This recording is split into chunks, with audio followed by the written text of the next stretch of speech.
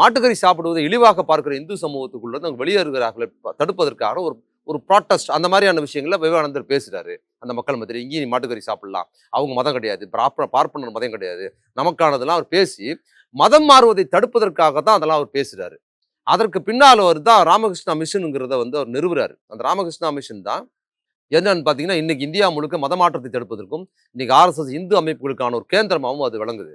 அவங்களும் நிறைய கல்வி அமைப்புலாம் அதாங்க, வச்சிருக்காங்கல்ல. அது எல்லாமே அது சார்தான் வருது. அந்த கல்வி அமைப்புல தான் தமிழ்நாட்டுக்கு ஒரு 1938ல சென்னை தியாகராயனார் இருக்கிற ராமகிருஷ்ணா மிஷன் கல்வி நிறுவன பள்ளிக்கூடத்துல தான் ராஜாஜி அங்கிருந்தா இந்தி திருப்பி அறிவிக்கிறாரு. ராமகிருஷ்ணா மிஷன் பள்ளிக்கூடத்துல பல குழந்தைங்களை பேசும்போது இந்தி ரொம்ப கட்டாயமானதுன்னு எங்கிருந்து பேசுறாரு? ராமகிருஷ்ணா மிஷன் பள்ளிக்கூடத்துல தான் பேசுறாரு.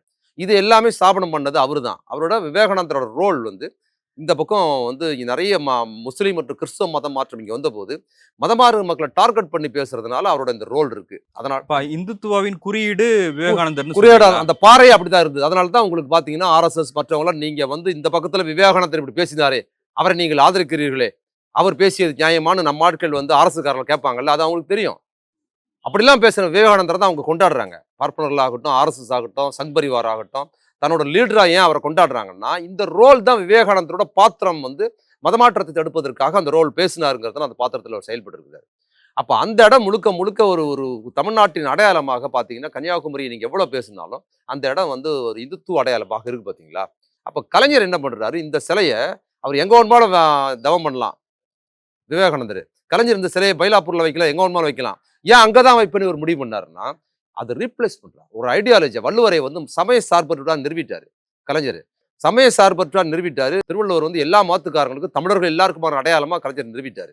அப்ப அந்த இடத்துல என்ன பண்றாருன்னா, அதை ரீப்ளேஸ் பண்ற மாதிரி அதை ஒண்ணும் பண்ண முடியாது.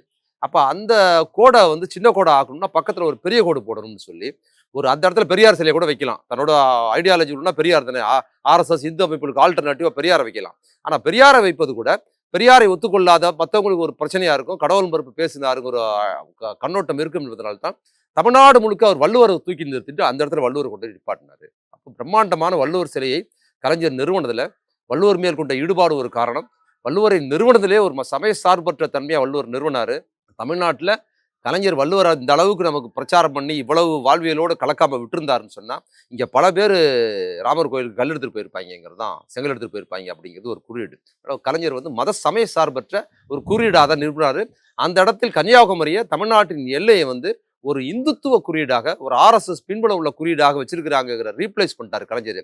அங்க சிலையை நிப்பாட்டினதுக்கு பிற்பாடு இன்னைக்கு கன்னியாகுமரி எப்படி ஆயிடுச்சுன்னா தமிழ்நாட்டின் அடையாளமாக மட்டும் வள்ளுவர் நிக்கல, இந்திய அடையாளமாகவே வள்ளுவரை மாத்திட்டாரு கலைஞருங்கிறது அவரோட சிறப்பு.